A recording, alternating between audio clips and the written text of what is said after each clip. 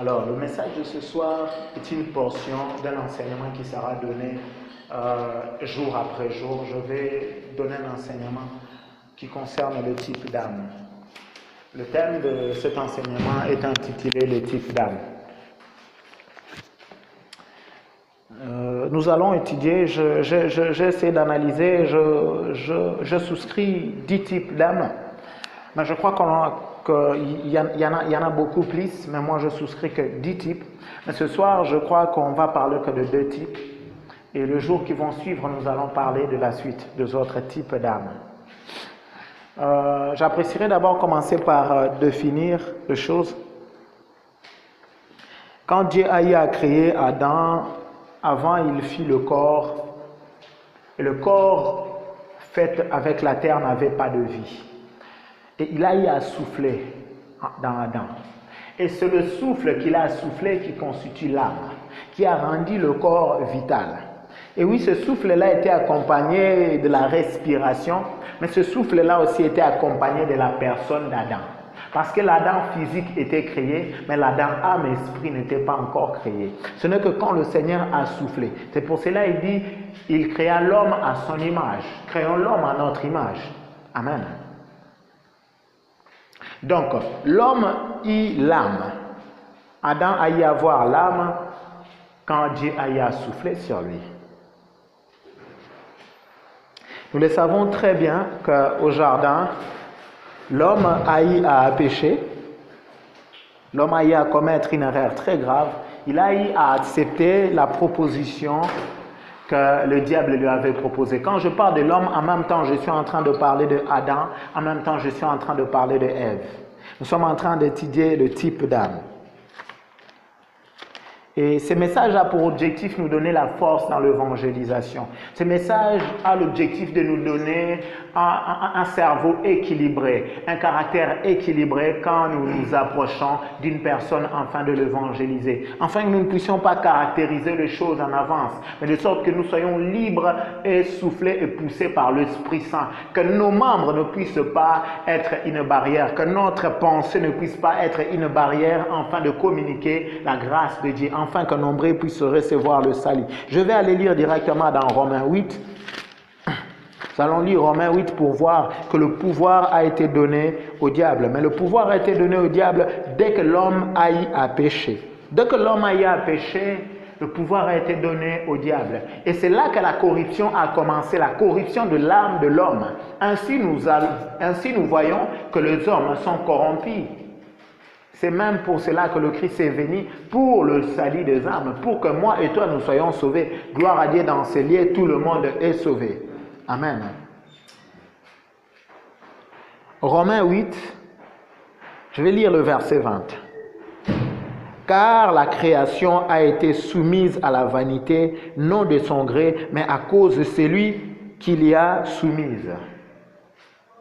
Paul est en train de parler du diable sans vouloir soulever cela. Nous allons lire Luc 4, le verset 6. Luc 4, le verset 6. Luc 4, le verset 6.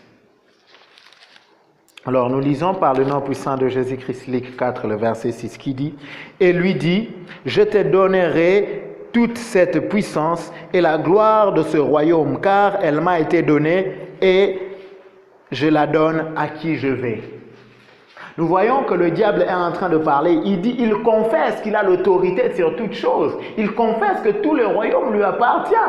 Et depuis quand toutes ces choses-là lui appartiennent? Qui lui a donné? Or, nous savons que Dieu avait donné à Adam l'autorité sur toutes choses. Alors, très bizarrement, le diable a obtenu cette autorité-là. Ah, cela est une chose étrange. Cela nous fait comprendre qu'au travers du péché d'Adam, le pouvoir a été transmis au diable. Amen. Ainsi, beaucoup d'hommes et de femmes, dès qu'ils naissent, ils sont captifs. Leur âme est captive.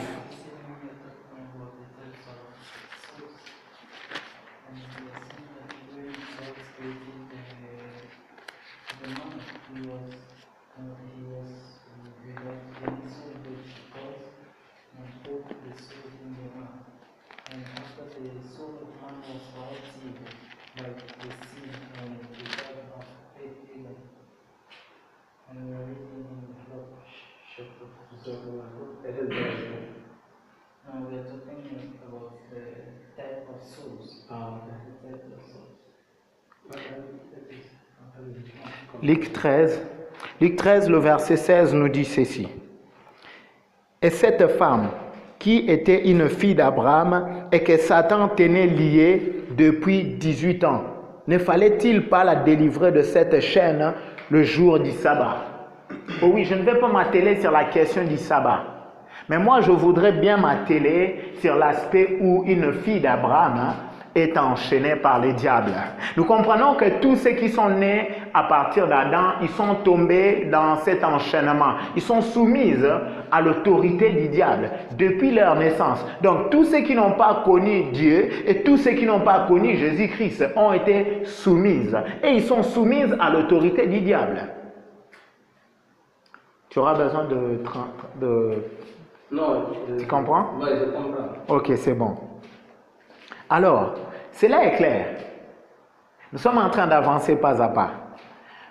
Je suis simplement en train d'introduire et en train de faire comprendre qu'il y a divers types d'âmes. Si nous parlons de type d'âme, c'est parce que le salut doit être communiqué. Et le Christ s'est déjà manifesté pour le salut. J'apprécierais donner cette précision. Avant que le Christ puisse venir, personne n'était sauvé. Ce n'est que quand Jésus-Christ est venu qu'il y a eu le salut. Donc, tous ceux qui sont venus après, ils n'ont pas été sauvés. C'est pour cela que le Christ, il est descendu au séjour de mort afin de prêcher.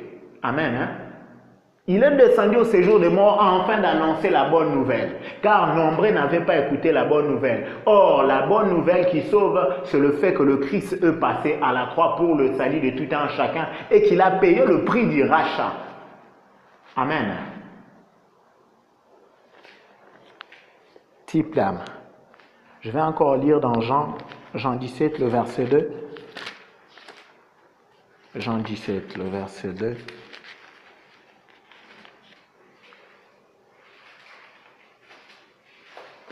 Et d'ailleurs, je vais commencer par le premier verset, je lis jusqu'au deuxième verset. Je lis par le nom puissant de Jésus-Christ. Après avoir ainsi parlé, Jésus leva les yeux au ciel et dit, « Père, l'heure est venue, glorifie ton Fils, afin que ton Fils te glorifie. Selon que tu lui as donné pouvoir sur toute chair, afin qu'il accorde la vie éternelle à tout ce qui lui a été, à tout ce que tu lui as donné. » Amen. Le Christ est celui qui est venu pour accorder la vie éternelle. Il est celui qui est venu pour communiquer la vie éternelle. Sans avoir le Christ en soi, tu ne peux pas être un homme qui va vivre la vie éternelle. Donc tu es hors, tu es à l'écart de la parole de Dieu. Donc tu n'es pas un homme qui ira au ciel. Donc tu n'auras pas la vie éternelle, cette vie en abondance. Type d'âme. Et nous, qui disons de nous chrétiens, nous sommes appelés à annoncer la bonne nouvelle, à communiquer aux gens Jésus-Christ, à les dire voilà, il y a un Jésus, il y a un sauveur, il y a un homme qui est venu pour toi. Amen. Et c'est là l'objectif de tout un chacun. Et notre message va tourner sur cela. Je crois bien que nous aurons cet enseignement pendant beaucoup de jours. Et on le commence aujourd'hui. Je ne sais pas, ça peut prendre 4 jours, mais il y a 10 types d'âmes que j'aurai à présenter. Et ce soir, je suis sûr que je saurai présenter que 2 types. On va parler de Zachée et on va parler aussi de Nathanaël. Ainsi, nous allons aller lire dans Luc 19, du 1er au 10e verset.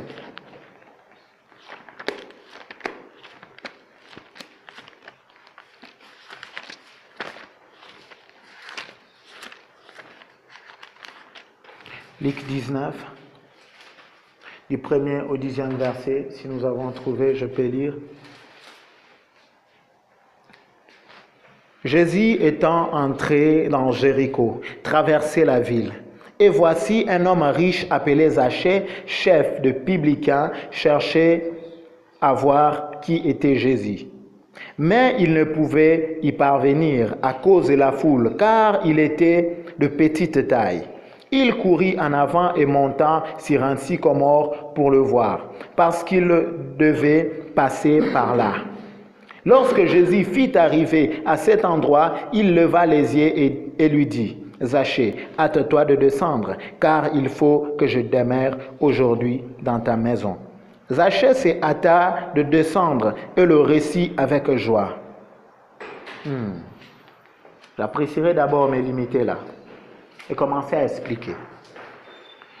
Le Christ est en train de passer, mais très bizarrement, il y a un homme de courte taille, un publicain, un chef de publicain, si autrement je dirais le chef de voleurs, donc l'Ali Baba de l'époque. Mais le Christ le connaît par son nom. Le Christ n'était pas un homme qui vivait dans la foule ou qui était un homme qui écoutait de racontars. Mais c'est étonnant de savoir que le Christ connaît le nom de Zachée précisément. Alors laisse-moi te donner cette information. Dieu te connaît par ton nom. Il te connaît par ton nom. Ainsi il a dit à Jérémie, je t'ai choisi avant même que tu puisses être conçu dans le ventre de ta mère. Quand tu étais conçu dans le ventre de ta mère, je te connaissais. Alors laisse-moi te donner cette information. Ces hommes que tu vois ici sur la terre en train d'aller gauche et droite et même vivre dans la débauche, sache-le que Dieu le connaît par leur nom. Parce que Zachée est en train de nous démontrer que Dieu connaît tout être humain par son nom. Amen. Et sache-le que toi aussi, Dieu te connaît par ton nom. Ne te néglige pas et que les hommes ne se moquent pas de toi car Dieu seul, il te connaît. Et il connaît le plan qu'il a tracé pour toi. Et c'est de la même manière qu'il a fait dans la vie de tout un chacun. Ainsi, nous devons prêter attention de la manière dont nous regardons les autres. Nous devons prendre les autres avec considération, sachant qu'ils sont perdus, mais nous devons avoir compassion et amour pour eux. Il y a des fois de chrétiens, oui, souvent je l'ai remarqué, des gens qui se convertissent de nouveau, ils ont un peu du dégoût pour ceux qui sont païens. Ils n'aiment pas passer du temps avec eux, ils le trouvent sale, ils le trouvent bizarre, juste parce qu'ils sont païens. Mais s'ils sont païens, tu dois avoir pitié de les annoncer la bonne nouvelle. Mais ils choisissent de le fuir, de s'écarter d'eux totalement. Oui, tu dois t'écarter d'eux pour ne pas être influencé par le mal, mais tu dois être là pour communiquer la grâce de Dieu, car tu es le seul. Tu ne passes pas du temps avec eux en disant et en bavardant sur n'importe quoi, mais tu es là à côté d'eux juste pour annoncer la bonne nouvelle et influencé par la vie que tu as de Jésus-Christ. Amen. Ils ne seront pas des hommes qui vont tomber dans une mauvaise perception. C'est dire que, oh, Zachée aussi. Lui le voleur, lui le publicain. Mais oui, Jésus s'intéresse de lui. Cette fille-là, elle mène une vie bizarre. Ces garçons-là, ils mènent une vie bizarre, mais Dieu s'intéresse à lui. Dieu est en train de le regarder avec les yeux du futur. Toi, tu le regardes avec les yeux du présent et tu es en train de le condamner et de le juger. Amen. Hein? Et Zachée est ce type d'âme, ce genre de personnes qui vivent dans le mal. Mais il est un fils d'Abraham. Fils d'Abraham signifie qu'il est parmi le choisi de Dieu, mais qui vit encore dans le péché, qui est même le chef de voleurs. Et donc ses péchés sont publics, ses péchés sont communs. Je peux comparer Zachée à une femme prostituée. Oh oui, je peux comparer Zachée avec tous ces hommes qui sont dans la franc-maçonnerie, qui sont dans la magie, et que nous tous, nous les savons. Mais ce qui est intéressant est que Jésus connaît toutes ces personnes-là avec leur nom. Il ne connaît pas seulement leur visage, mais il connaît tout leur parcours. Je vais continuer à lire car je m'étais limité, je crois bien. Je m'étais limité au verset 6, je lis le 6e verset. Zachée s'est hâta de descendre et le récit avec joie. Voyant cela, tous murmuraient et disaient, il est allé loger chez un homme pécheur. Mais Zachée se tenant devant le Seigneur lui dit, voici Seigneur, je donne aux pauvres la moitié de mes biens et si je fais tort de quelque chose à quelqu'un, je lui rends le quadruple. Jésus lui dit, le salut est entré aujourd'hui dans cette maison parce que celui-ci est aussi un fils d'Abraham. Car le Fils de l'homme est venu chercher et sauver ce qui était perdu. Type d'âme. Zachée est le premier type que nous allons analyser et étudier aujourd'hui. Il est ce genre de personne il a eu connaissance de ce qui est agréable, de ce qui est bon. Ce n'est pas un ignorant, ce n'est pas quelqu'un qui ne connaît rien. Il connaît quelque chose. Certainement que sa connaissance n'est pas parfaite et large, mais il sait que ce qu'il fait est un péché. Il sait que ce qu'il fait est un mal. Mais n'oubliez pas que nous avons lu à propos de cette femme dans Luc 13. Cette femme qui était retenue par le diable, qui était une fille d'Abraham. J'espère que vous vous rappelez, on vient à peine de lire ça dans Luc 13. Verset 16. Et c'est le cas de nombreux. Ils sont liés par le chêne du malin. Ils sont liés par le péché. Ils sont liés par le mal.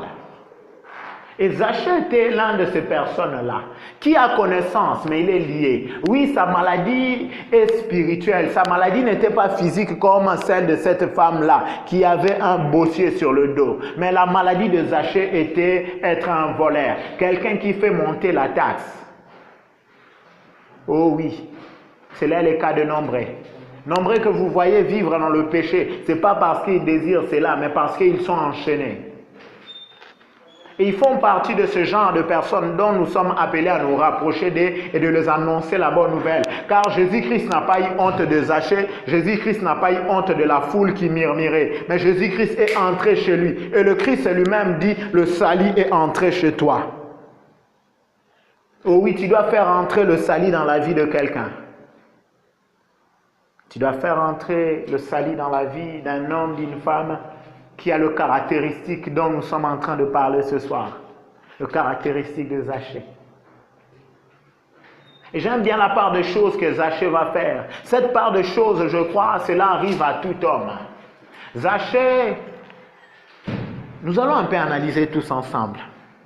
Vous savez, des fois, beaucoup des hommes de Dieu, ils ont du mal à aller vers le païen. Ils restent dans leurs 4 mètres, dans leur enclos, dans leur église, n'allant pas chez le païen, n'allant pas évangéliser. Si nous lisons bien ces textes, nous comprenons que Jésus avait programme de passer sur une voie. Et Zachée le savait et Zachée s'est décidé d'aller voir. Mais analysons un peu. Entre Zachée et Jésus-Christ, qui savait en avance comment s'appelait Zachée? Qui avait déjà planifié le programme de rencontrer l'autre? Hein? Parce que Jésus-Christ dit, Zachée, hâte-toi de descendre, car il faut que je demeure aujourd'hui dans ta maison. Nous comprenons que Jésus avait le programme d'être chez Zachée ces jours-là, de demeurer chez Zachée ces jours-là. Donc, ce qui signifie que le Christ avait planifié de rencontrer Zachée. Ce n'est pas Zachée qui a commencé à chercher Jésus-Christ. Et cela est le cas de l'humanité. C'est à nous, c'est à Christ. C'est lui qui fait le premier pas. Et c'est lui qui planifie. Il organise tout afin que les enfants de Dieu puissent aller à la rencontre de païens. Oh oui, c'est là la vérité. Il organise tout. Et le Christ va. Et toi qui portes le Christ, toi qui es conscient de porter le Christ, tu dois te laisser conduire par Jésus-Christ. Te laisser conduire par Jésus-Christ, cela signifie que le Saint-Esprit est en toi et c'est lui qui te guide, c'est lui qui t'oriente. Car il a l'omnipotence, l'omniprésence. Il sait ce que Dieu veut réellement. Parce que toi, dans ta pensée humaine, tu ne peux pas atteindre la pensée de Dieu en totalité. Amen. Ah oui, si c'était le cas, on allait arrêter de prêcher depuis très longtemps. Tout le monde allait déjà être chrétien. C'est parce que notre pensée sont encore éloignées à celui de Dieu. C'est pour cela qu'on prêche, pour nous faire entrer nous tous dans la pensée de Dieu. Amen. Hein? Jésus-Christ, c'est lui qui avait fait le plan de rencontrer. Zachée est ce type d'homme qui a des défauts. Zachée est ce type d'homme qui a en soi une certaine petitesse. Zachée est le genre de personne qui ne sait peut-être pas parler. Dès qu'il parle, il blesse quelqu'un. Zachée est ce type de personne, dès qu'il agit, un scandale produit.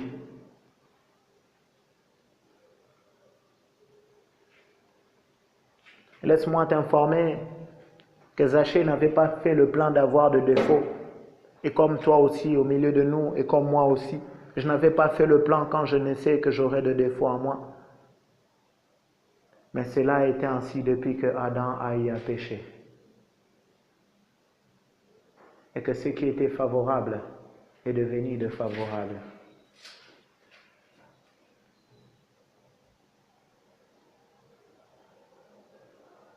Il y avait la foule, et parmi la foule, le Christ avait ciblé Zachée.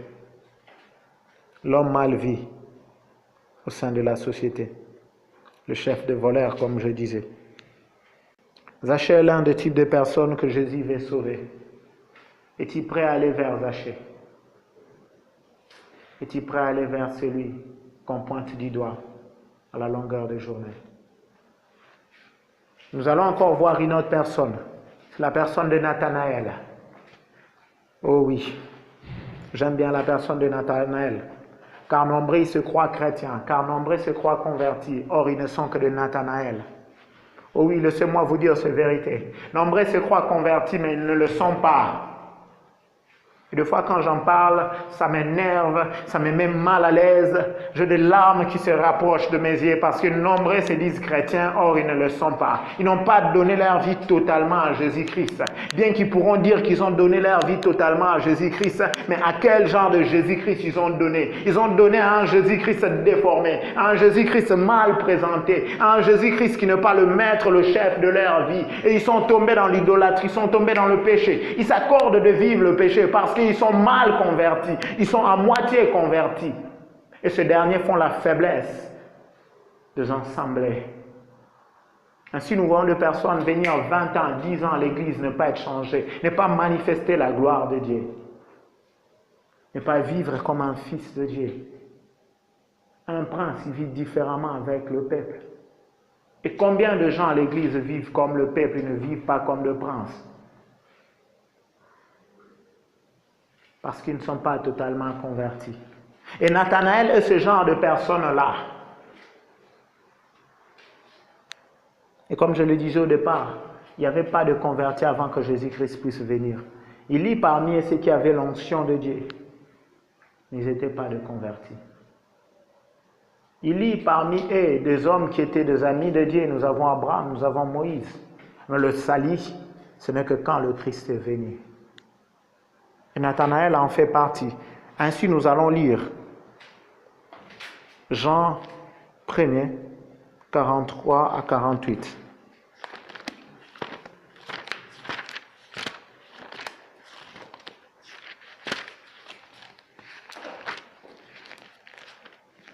Jean, le premier chapitre. Je vais lire 43 à 48. Je lis par le nom puissant de Jésus-Christ. Le lendemain, Jésus voulait se rendre à Galilée et il rencontra Philippe. Il lui dit, « Suis-moi. » Philippe était de Bethsaïda et de la ville d'André et de Pierre. Philippe rencontra Nathanaël et lui dit, « Nous avons trouvé celui de qui Moïse a écrit dans la loi et dont le prophète ont parlé, Jésus de Nazareth, fils de Joseph. » Nathanaël lui dit, « Est-il venir de Nazareth quelque chose de bon? » Philippe lui répondit, « Viens et vois. » Jésus, voyant venir à lui Nathanaël, dit de lui, « Voici vraiment un Israélite dans lequel il n'y a point de fraude. D'où me connais-tu? » lui dit Nathanaël. Jésus lui répondit, « Avant que Philippe t'appelât, quand tu étais sous le figuier, je t'ai vu. » Nathanaël répondit et lui dit, « Rabbi, tu es le Fils de Dieu, tu es le roi d'Israël. » Je lis le verset 49. Nathanaël est ce genre de personne qui fuit ou qui est déjà dans une religion. Une religion où on parle de Jésus-Christ. Eh oui. Une religion qui paraît correcte, une religion qui paraît présenter Jésus-Christ. Car Nathanaël était un juif. Si le Christ se dit de lui quelqu'un à qui il n'y a pas de fraude, c'est qu'il vivait selon la loi juive, il vivait dans l'honnêteté, dans la droiture. Mais cela ne faisait pas de lui un sauvé. Il vit la piété, est un homme bon de comportement, un homme bon dans ses habitudes. Mais donc cela ne se résume pas au salut de son âme. Nathanaël est le type d'homme qui a du mal à croire que Dieu peut utiliser un homme simple pour sa gloire. Vous savez, Nathanaël, ce sont des personnes qui ont déjà caricaturé la manière dont Dieu peut agir dans la vie d'un homme. Nathanaël, c'est le genre de personnes qui ont du mal à croire à un ministère.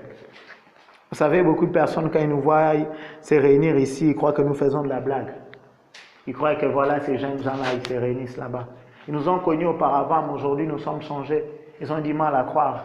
Et ces personnes-là sont des Nathanaël qui se disent, est-ce qu'il peut sortir quelque chose de bon à Nazareth?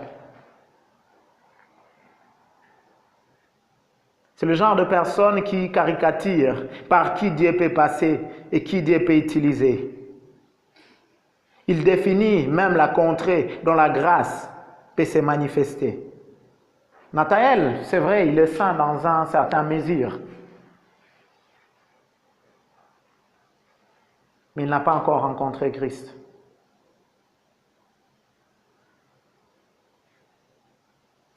S'il ne découvre pas une autre facette du Sauveur, il ne peut aller au ciel.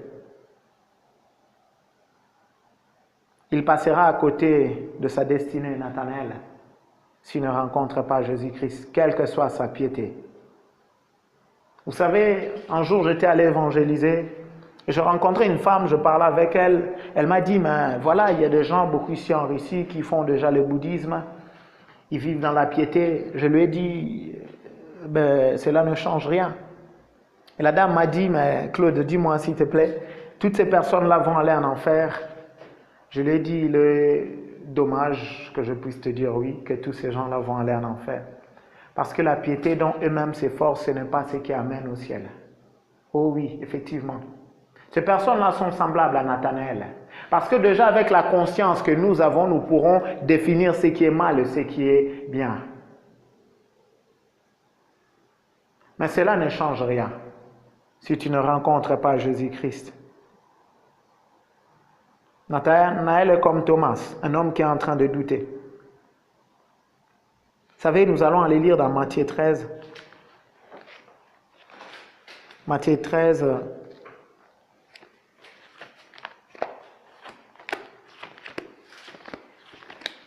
Nous sommes déjà presque à la fin.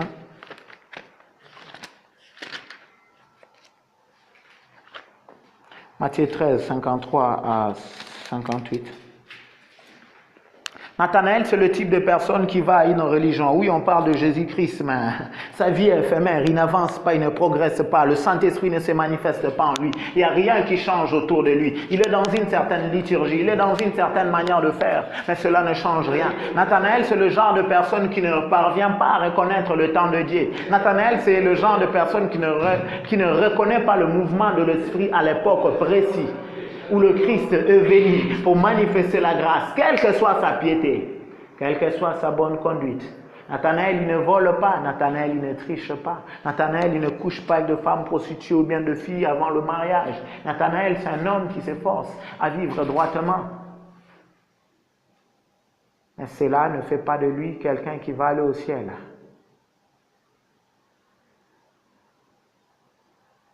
Nathanaël, c'est le genre de personne qu'on lui a présenté le Christ, mais un Christ faible, un Christ pas puissant.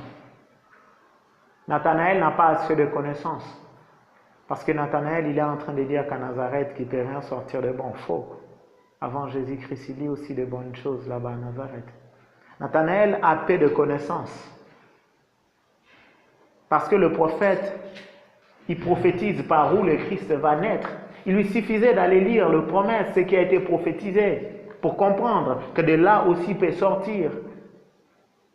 Et ce soir, tu peux être comme Nathanaël. Pose-toi la question, combien d'années je suis dans le Seigneur? Pourquoi les malades ne sont pas guéris au travers de ma prière?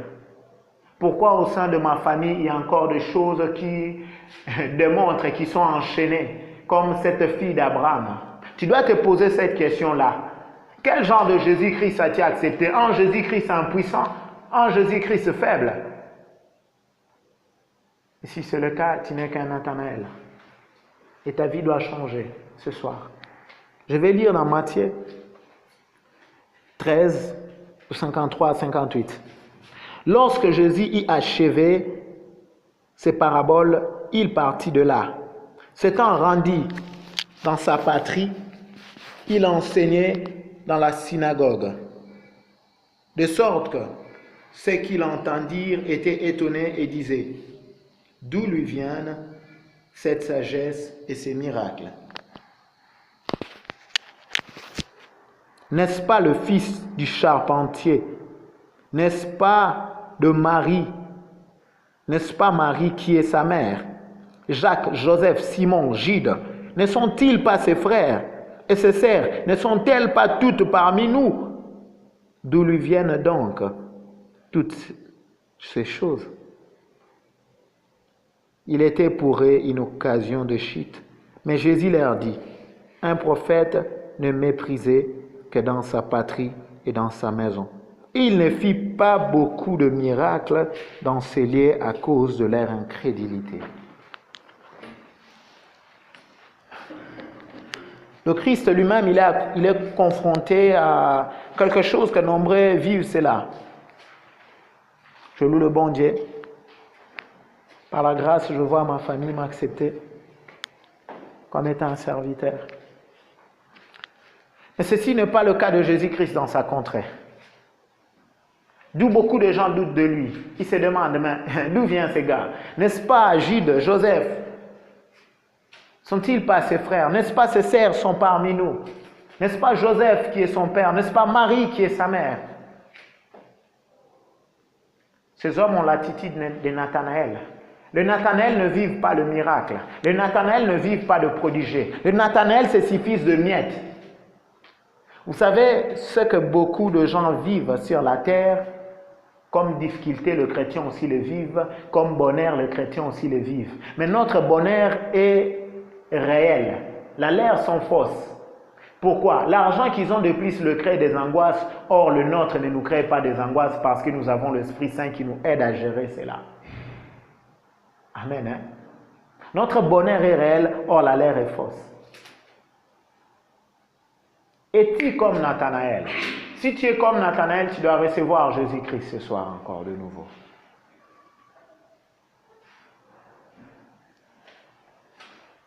Mais ce soir, il y a cette tâche qui nous est donnée, de pouvoir annoncer la bonne nouvelle.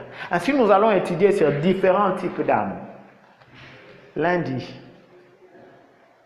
mercredi, vendredi, il est probable de finir avec les 10 types d'âmes. Et peut-être plus. Ce soir, tu dois changer ta manière de regarder celui qui vit dans le péché. Tu dois le regarder avec compassion, avec amour. Ce soir, tu dois savoir faire la différence entre Nathanaël et ceux qui sont réellement convertis. Prie par le nom puissant de Jésus-Christ. Père, tu es le Dieu Tout-Puissant. Yahweh, Papa, tu es magnifique. Père, tu es le Dieu de gloire, Yahweh. Personne n'est comme toi. Personne n'est semblable à toi, Yahweh. Papa, personne.